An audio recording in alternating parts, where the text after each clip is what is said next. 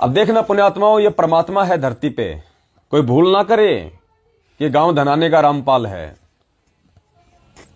ये साक्षात कबीर परमात्मा धरती पे प्रकट है, विराजमान है गुरुदेव भगवान के रूप में। अमूमन हर साध संगति में शाम को ही परमात्मा को हलवाराम का भोग लगता है। इससे पहले हलवाराम का भोग नहीं लगता, हलवाराम शाम को ही बनता है। गुरुदेव अंतर्यामी थे, पल पल साथ में थे। परमेश्वर ने बहन में प्रेरणा करके किसी भी माध्यम से और हलवाराम बनवा दिया सुबह सुबह। और सुबह 6:30 बजे बहन ने कहा कि भगत जी गुरु जी को भोग लगा दो। हमने कहा भी भोग तो परमात्मा, मैंने सोचा बहन कोई चाय के लिए या कोई बिस्कुट के लिए बोल रही होगी, तो मैंने कहा लगाओ लगाओ, परमात्मा को भोग तो लगना ही है, वहां रख दो परमेश्वर के, अपने छोटे अंदेव की आरती कर दो दंडवत करके। नहीं नहीं बोलो भोग लगेगा परमात्मा को। तो मैंने कहा बहन जी भोग तो शाम को लगेगा। बोलो भगत जी हलवाराम बन गया। तो मैं भी एकदम से आश्चर्यचकित रह गया कि ना हमारी पहले ऐसी कोई बातचीत हुई। कजोड़ भगत जी का जरूर बहन से थोड़ा बहुत विचार विमर्श हुआ था, लेकिन मुझे ये सब नहीं पता था कि भाई हलवाराम भी बन जाएगा सुबह सुबह। तो परमेश्वर ने उन दोनों आत्माओं में प्रेरणा करके और हलवाराम सुबह बनवा दिया। और 6:30 बजे देखो पुण्यात्माओं, यहां भी परमात्मा ने हमारी बुद्धि ऑफ कर दी। हमारी प्लानिंग थी, क्योंकि ये हिसार सतलोक आश्रम मैनेजमेंट हरियाणा वालों का मेन गढ़ था और हमें पता था कि हर प्रकार की घटिया से घटिया, नीच से नीच हरकत करने से वो लोग नहीं चूकेंगे जहां तक उनका दाव लगेगा। तो हमने ये सोच के कि प्रोग्राम में कोई बाधा उत्पन्न ना हो और बंदी छोड़ भगवान को सही सलामत भोग लग जाए, हमने सोचा कि हम शाम को ही लाइव आएंगे, क्योंकि हो सकता है दास पे इनकी विशेष तौर से निगाह हो। तो अगर दास अभी लाइव आ गया तो इनको मालूम पड़ जाएगा और फिर तो शाम के 7:30 बजे भोग लगेगा। बीच में 12-13 घंटे का टाइम हो गया, तो 12-13 घंटे में तो ये लोग अपनी पूरी प्लानिंग कर लेंगे। इसलिए दास ने सोचा कि शाम को ही लाइव आएंगे, शाम को ही भोग लगेगा। लेकिन बंदी छोड़ को पता था कि बेटा शाम तक ये काल भगवान यहां पे तुम्हें नहीं टिकने देगा। शाम तक इस काल भगवान ने बहुत बड़ा तांडव मचाना है यहां पे। तो परमेश्वर अंतर्यामी थे गुरुदेव भगवान परमात्मा ने सुबह 6 बजे ही जो है हलवाराम बनवा दिया। और दास की परमात्मा ने बुद्धि ऑफ कर दी। दास अपनी तरफ से बिल्कुल लाइव नहीं आता, अपनी सोच आधार से दास उनको मौका नहीं देने वाला था। लेकिन परमेश्वर ने बुद्धि ऑफ की। तुरंत दास ने बैग से मोबाइल निकाला, लाइव का सामान निकाला और कहा कि भक्तों परमेश्वर को छोटी भोग की आरती के साथ में भोग लगने जा रहा है। और मालिक का हलवाराम रख दिया गया और परमेश्वर को छोटी भोग की आरती के साथ में 1 घंटे हम लाइव आए सुबह 6:30 बजे और परमेश्वर को भोग लगा। देश विदेश के सभी भक्तों ने लाइव में भी परमेश्वर का भोग प्रसाद देखा, परमेश्वर की भोग आरती में शामिल हुए। और पुण्यात्माओं, सुबह जैसे ही हम लाइव आए तुरंत सतलोक आश्रम मैनेजमेंट हरियाणा वाले चौकन्ने हो गए कि भैया शिकार आ गया, शिकार आ गया। तुरंत चौकन्ने हो गए, इनके यंत्र तंत्र संत्र सब घूमने लग गए। और 1 घंटे हम लाइव रहे। उसके बाद हम रुक गए, बैठ गए, क्योंकि हम भी थके हारे थे, हमने भी नहाना धोना था, भोजन भंडारा लेना था। अब देखो पुण्यात्माओं, यहां परमात्मा ने हम नीचों की जो छोटी सोच थी उसको परमेश्वर ने नीचे दबाया, क्योंकि भगवान अंतर्यामी थे, उनको पता था कि यहां क्या होने वाला है। और मेरे बच्चों पे फूल जितनी भी आपत्ति ना आ जाए।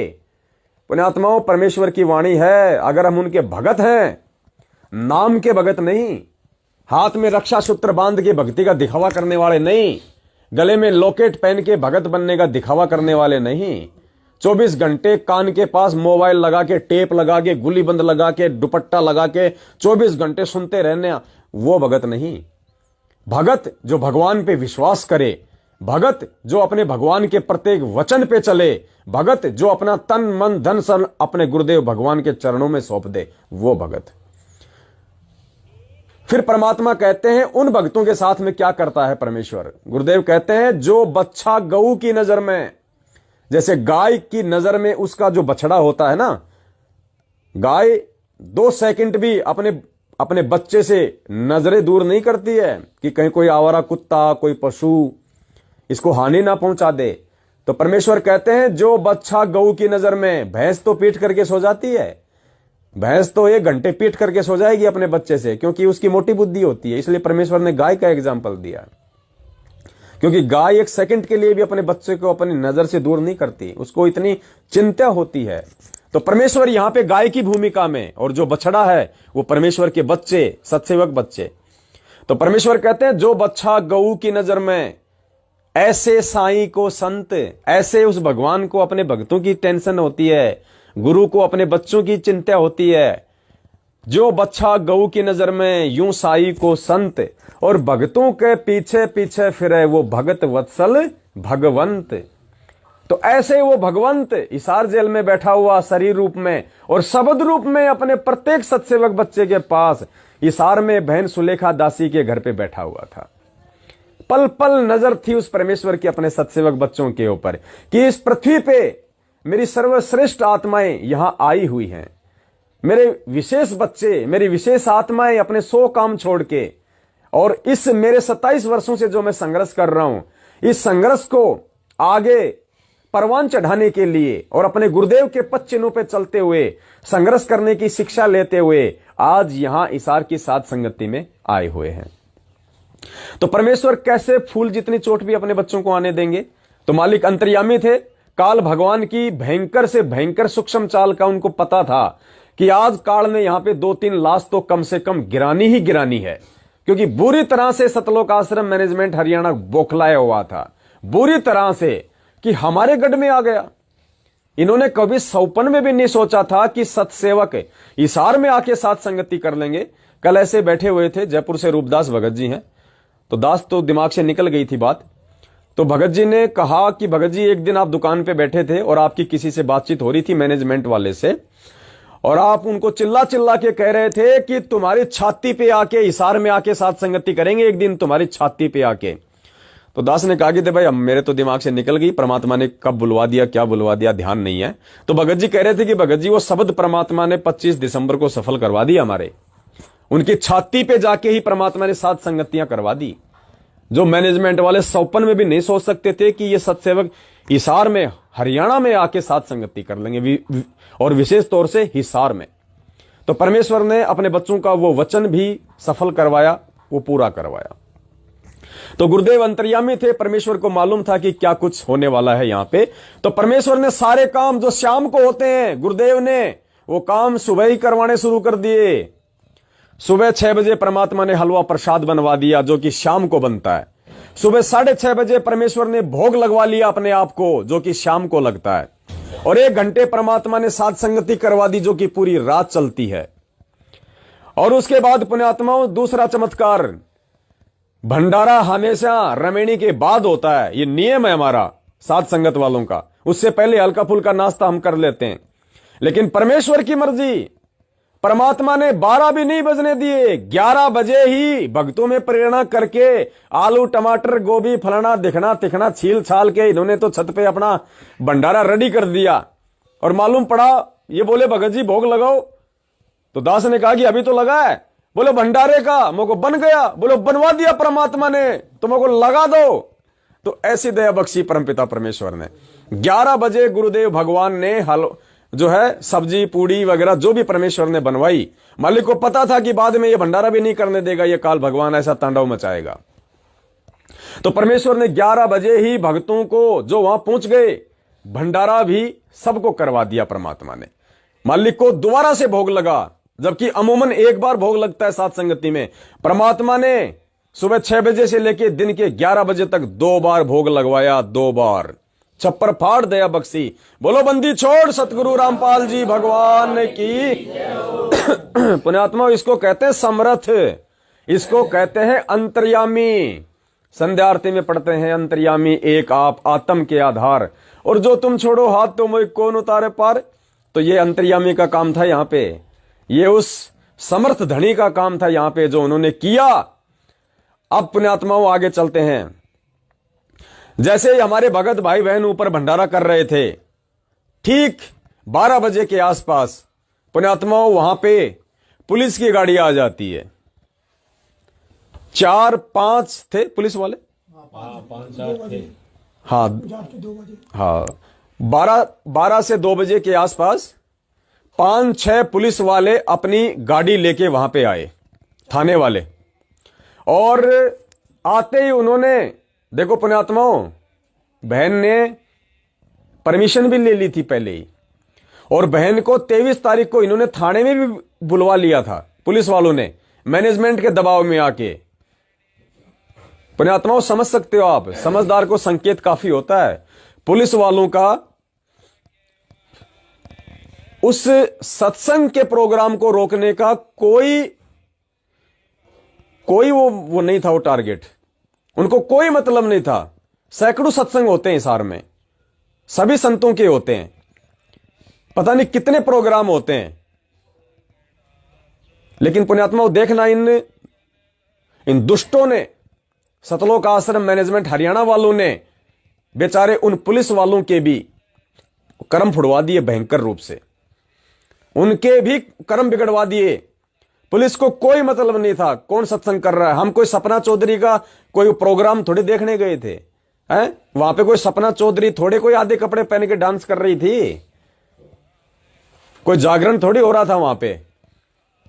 परमात्मा का सत्संग था, बहन की स्कूल है, नीचे अंडरग्राउंड है, ना किसी आड़ोसी पाड़ोसी को कोई समस्या थी, ना किसी और को कोई प्रॉब्लम थी, ना हमारा कोई डीजे बजाने का प्रोग्राम था। जब पड़ोसियों तक को प्रॉब्लम नहीं है तो पुण्यात्मा विचार करो पुलिस प्रशासन को क्या प्रॉब्लम हो सकती है। लेकिन इन गधों ने संगत से जो दान लूटा जा रहा है, पुण्यात्माओं बेचारों के उनके भी कर्म बिगड़वा दिए और पुलिस वालों को वहां पे भेज दिया गया। पुलिस वाले वहां पे हमारे को डराने लगे, धमकाने लगे, कोई प्रोग्राम नहीं होगा, कोरोना चल रहा है, ये चल रहा है, वो चल रहा है, जबकि हजारों प्रोग्राम चल रहे हैं। लेकिन जबरदस्ती उन पुलिस वालों के ऊपर दबाव देके, और समझ सकते हो पुण्यात्माओं आपका दान कहां जा रहा है, समझदार को संकेत ही काफी होता है। पुलिस वालों ने डराया धमकाया, नहीं होगा, कैंसिल करना पड़ेगा, तुम्हें अंदर कर देंगे, वो कर देंगे। बहन ने काफी मिन्नतें की, बहन के जो पापा जी थे, माता जी थे, उन्होंने काफी उनसे प्रार्थना की कि साहब देखो छोटा सा प्रोग्राम है, हमारे यही कोई जो है मतलब 200-400 भगत भाई बहन आए हुए हैं, बाकी हमारे शाम तक आएंगे, ज्यादा से ज्यादा 1000 हो जाएंगे, आड़ोसी पड़ोसी को कोई प्रॉब्लम है नहीं, उल्टा काम हम कुछ कर नहीं रहे, आप देख लो आके, भंडारे का काम है। लेकिन पुण्यात्माओं पीछे से मैनेजमेंट का प्रेशर था उनके ऊपर, और उन्होंने एक नहीं सुनी और कहा कि या तो निकलो वरना फिर हम निकालेंगे। परमेश्वर ने इतनी दया जरूर बख्शी, उन पुलिस वालों के अंदर ये प्रेरणा की, और पुलिस वालों ने कहा कि फटाफट जो लोग हैं उनको भंडारा कराओ, और भंडारा करवा के सबको यहां से निकालो। हम ऊपर बैठे हुए थे, सभी भाई बहनों ने भंडारा कर लिया, सारा काम हो गया, कंप्लीट हुआ। उसके बाद में उन्होंने कहा भाई जल्दी करो, निकालो यहां से सबको। और जब सुलेखा बहन जब नीचे गई तो सुलेखा बहन को जो पुलिस वाला था उसने साइड में ले जाके कहा, क्योंकि परमेश्वर कुछ संकेत करवा देते हैं। उस पुलिस वाले ने कहा कि देख बहन, हमें अच्छे से पता है कि कौन सही है और कौन गलत है। देखो पुण्यात्मा विचार करना कौन बोल रहा है ये बातें। पुलिस वाले ने कहा कि हमें अच्छे से पता है कि कौन सही है और कौन गलत है, और आप लोगों ने इन लोगों से बराबर की टक्कर ली हुई है, बराबर की टक्कर। और तुम्हारा जो ये प्रोग्राम चल रहा है ये तो वर्ल्ड वाइड चल रहा है, पूरे देश विदेश में चल रहा है ये। और भाई यहां पे कोई जयपुर से कोई पवन नाम का एक व्यक्ति है, वो इनका मेन टारगेट है। उस व्यक्ति के साथ में कुछ भी घटना घटित हो सकती है, इसलिए इन सबको निकालो और उस पवन को भी निकाल दो, उसको भी निकाल दो, और इन सबको निकालो यहां से फटाफट, वरना यहां पे कुछ भी हो सकता है। मतलब सतलोक आश्रम मैनेजमेंट हरियाणा का कितना भयंकर षड्यंत्र प्रशासन को भी अपनी मुट्ठी में कर लिया, और उसी प्रशासन के सामने, पुलिस वालों के सामने कोई कम से कम कोई 50 गुंडे मैनेजमेंट वाले वहीं खड़े हुए थे, मुख्य सारनामी, मेन व्यक्ति। और जो गुप्त सेवा जो बताई गई थी वहां के भक्तों को, हिसार वालों को, कि गुरुजी का आदेश है 25 दिसंबर को गुप्त सेवा ली जाएगी। पुण्यात्माओं ये तो जब बेचारे भगत यहां से बाहर निकले तब इन भक्तों ने बताया फिर कि भगत जी 1 किलोमीटर के एरिया में ऐसा कोई चौराहा नहीं जहां पे 5-5, 6-6 भक्तों को हाथों में लठ लेके खड़ा ना कर रखा हो। और इन भक्तों को कितनी परेशानी हुई है बेचारों को, ये आपको बताएंगे ये बाद में। हाथ जोड़ जोड़ के गए अपने ही भगत भाइयों से, क्योंकि हमें परमेश्वर ने झुकना सिखाया है, किसी को झुकाना नहीं सिखाया। परमेश्वर कहते हैं हरिजन तो हारा भला और जीतन दे संसार, और हारा तो हरिसू मिले जीता यम की लार। और परमात्मा कहते हैं कहते को कहीं जान दे गुरु की सीख तू ले, साकट और सवान को उल्ट जवाब ना दे। ये परमेश्वर के संत महात्मा, ये ऋषि मुनि पृथ्वी के पुण्यात्मा हाथ जोड़ जोड़ के अपने भगत भाई बहनों से निकले वहां से, हाथ जोड़ जोड़ के निकले वहां से। ऐसा गुंडागर्दी का माहौल इन्होंने 1 किलोमीटर के एरिया में पैदा कर दिया कि जो भी 2-4 आदमी है मैन वो निकल ना जाएं। और आज चाहे उनको जान से मार दो, उनको टपका दो किसी भी प्रकार से, चाहे लठों से, चाहे हथियारों से, चाहे बंदूक से। पूरी प्लानिंग के साथ में ये लोग आए थे कि आज वो 1-2 व्यक्ति यहां से बच के नहीं जाने चाहिए। ऐसा मौका जिंदगी में दोबारा नहीं मिलेगा उनको टपकाने का। और वहां का जो पुलिस प्रशासन था उसने उस कुक्रम में उन मैनेजमेंट वालों का भरपूर साथ दिया, वरना पुलिस वालों को क्या दिक्कत थी, हम सत्संग कर रहे थे। लेकिन देखो दिक्कत मैनेजमेंट वालों ने उनके माध्यम से करवा दी।